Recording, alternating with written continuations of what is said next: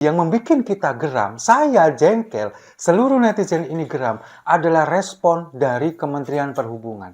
Yang justru melemparkan tanggung jawab ini kepada kita, kepada masyarakat, kepada rakyat. Kan nggak ngotak. Masa iya?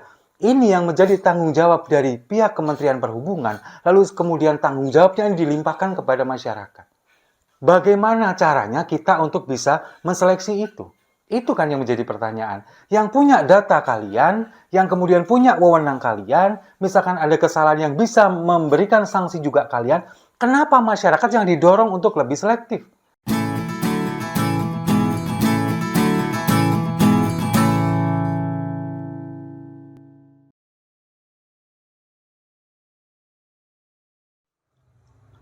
Salam damai untuk Indonesia, berjumpa lagi bersama saya, Papa Dimas. Informasi, di info kali ini saya ingin mengucapkan duka cita yang sedalam-dalamnya atas tragedi kecelakaan yang melibatkan rombongan siswa-siswi dari SMK Lingga Kencana Depok yang terjadi di Subang hari Sabtu yang lalu. Ini kan memang tragedi untuk yang kesekian kalinya, karena kesalahan dari pihak pemilik bus atau perusahaan otobus dari PO-nya, karena diketahui ternyata penyebabnya adalah rem yang blong.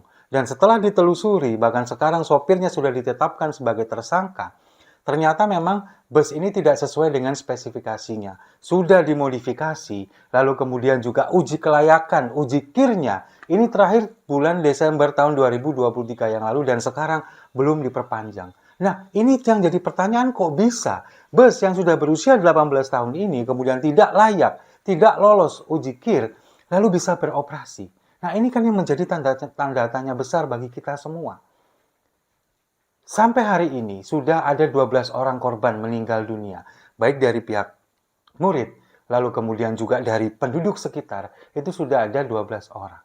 Ini kan tragedi yang sudah berulang beberapa kali dan seharusnya tidak terjadi. Tapi yang membuat kita geram, saya jengkel, seluruh netizen ini geram, adalah respon dari Kementerian Perhubungan. Yang justru melemparkan tanggung jawab ini kepada kita, kepada masyarakat, kepada rakyat. Kan nggak ngotak. Masa iya? Ini yang menjadi tanggung jawab dari pihak Kementerian Perhubungan, lalu kemudian tanggung jawabnya dilimpahkan kepada masyarakat.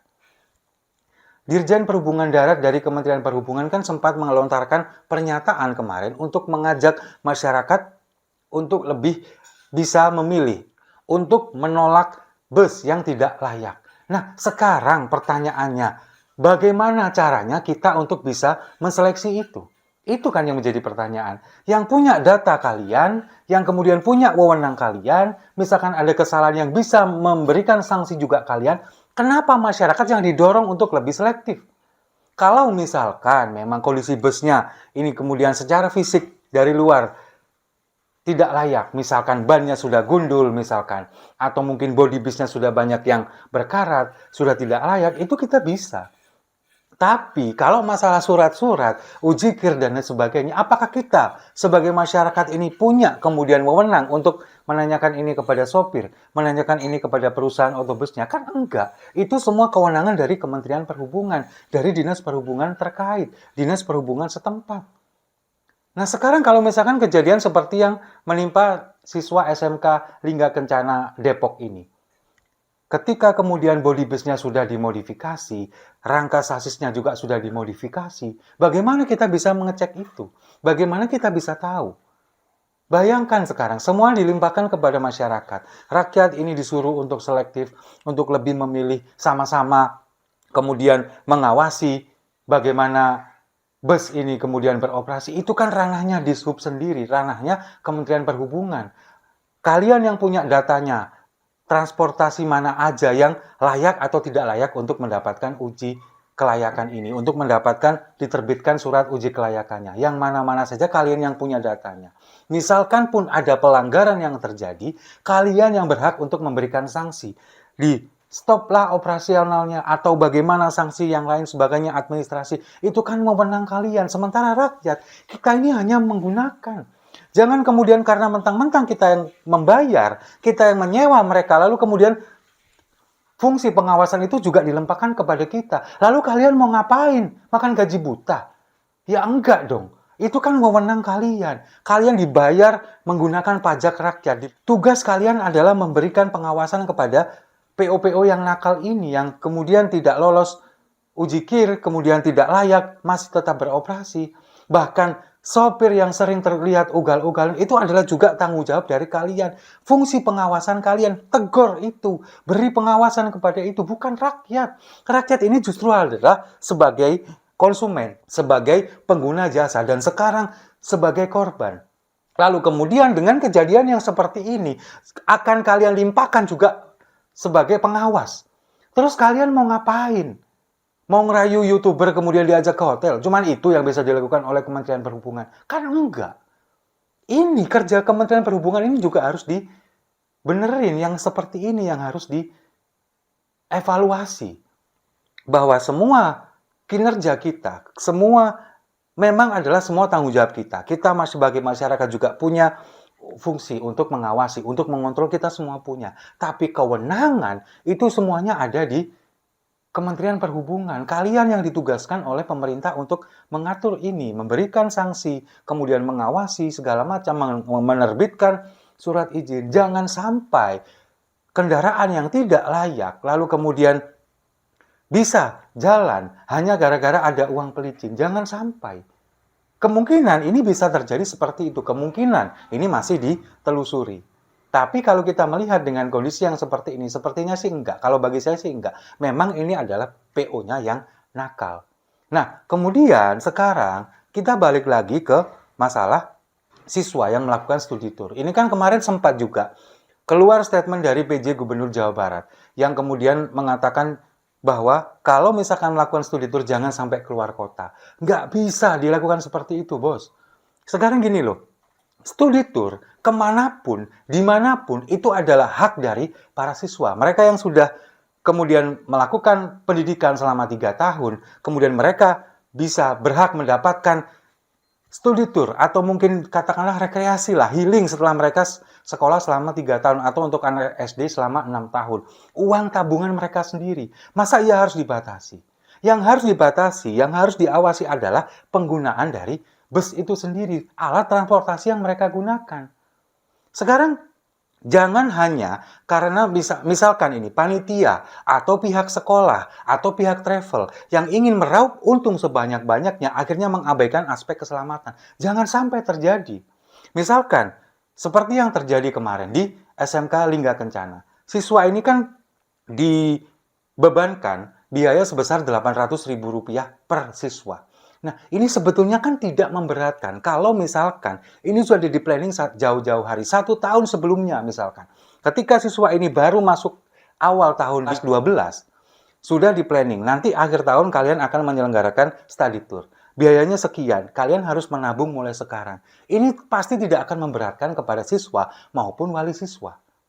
Tapi ketika ini kemudian sudah biaya terkumpul, lalu kemudian terbentuk kepanitiaan atau mungkin dari pihak sekolah, lalu kemudian demi untuk meraup untung yang jumlahnya lebih besar, lalu kemudian mengabaikan aspek keselamatan, mereka menggunakan travel yang ala kadarnya, lalu kemudian dari pihak travel sendiri juga ingin meraih untung, menggunakan jasa transportasi yang juga ala kadarnya, tidak dicek bagaimana mereka kesiapannya, surat izinnya, dan sebagainya. Inilah yang akhirnya membuat kecelakaan itu terjadi. Jadi bukan studi tournya yang dilarang, tapi pengawasan, kontrol yang ketat terhadap semua pihak-pihak yang ikut terlibat di sini, termasuk juga dari pihak perusahaan otobusnya atau PO-nya. Dari Kementerian Perhubungan juga harus seperti itu. Inilah yang membuat warganet, terutama saya juga sendiri, geram kepada kementerian, kemudian kepada PJ Gubernur Jawa Barat sendiri. Kenapa harus mengeluarkan statement yang seperti itu? Akhirnya mengabaikan hak-hak dari anak-anak kita. Kenapa saya ngomong seperti ini juga? Karena anak saya ini nanti juga akan melakukan itu. Dia juga akan melakukan studi tour, bahkan mau ke luar pulau. Itu yang akan dilakukan. Nah, kalau misalkan ini dibatasi, sementara mereka ini sudah mengumpulkan, menabung dari awal tahun sampai sekarang, kemudian ada larangan seperti ini hanya gara-gara kesalahan dari pihak transportasi, nggak adil, nggak fair. Anak-anak ini berhak mendapatkan itu semua. Mereka setelah melakukan ujian, lalu kemudian menempuh pendidikan selama 3 tahun, dan sekarang mereka mau healing, berpisah dengan teman-temannya, ini harusnya mereka dapatkan dan mereka juga sangat berhak mendapatkan aspek keselamatan. Jadi ayolah, marilah kita sama-sama, terutama kepada pemangku kebijakan, dari Kementerian Perhubungan, dari pihak sekolah, dari pihak travel, dari panitianya, kita sama-sama cari untung boleh, tapi jangan sampai mengabaikan aspek keselamatan dari kita semua. Kalau kejadian sudah seperti ini, pada akhirnya yang dilarang sekarang, yang ramai di media sosial adalah study tour-nya. Padahal study tour-nya nggak salah. Study tour ini adalah sebuah reward kepada mereka yang sudah melakukan pendidikan selama 3 tahun, sudah melalui ujian yang begitu menyulitkan pemikiran mereka, dan sekarang mereka ingin healing dan sebentar lagi berpisah dengan teman-temannya. Ada sebagian nanti yang bertemu lagi, ada yang mungkin banyak yang tidak bertemu lagi. Itu yang harus kita dukung, kita support, kita berikan fasilitas yang benar-benar memadai, terutama dari aspek keselamatan. Dan itu juga harus didukung oleh pemerintahnya sendiri melalui Kementerian Perhubungan. Jadi jangan kemudian melempar tangan, melempar tanggung jawab kepada masyarakat, semuanya dilimpahkan kepada masyarakat. Masyarakat ini sudah susah. Masyarakat ini sekarang berpikir bagaimana caranya untuk memenuhi kebutuhan, bagaimana bisa menyenangkan anak-anaknya. Tapi ketika kejadian seperti ini kemudian masyarakat yang dilimpahkan tanggung jawab, sementara yang harusnya bertanggung jawab justru malah melenggang. Lempar tanggung jawab, lempar handuk, cuci tangan. Justru malah ada oknum yang merayu YouTuber ingin ngajak ke hotel. Ini apa-apaan. Itu yang membuat kita semuanya geram. Jadi ayolah, mari kita sama-sama, kita bangun negeri ini bersama-sama untuk menuju Indonesia emas, cita-cita kita semua. Meskipun di pemerintahan ini mungkin ada kesandungannya 1, 2, dan lain sebagainya, mungkin sampai 10, bahkan nanti 5 tahun ke depan sampai 100, ya nggak masalah. Yang penting kita bisa sama-sama kita menuju Indonesia emas di tahun 2045. Setuju ya? Kalau setuju, mari kita minum kopinya sama-sama untuk tanggung jawab yang tidak boleh dilemparkan kepada orang lain.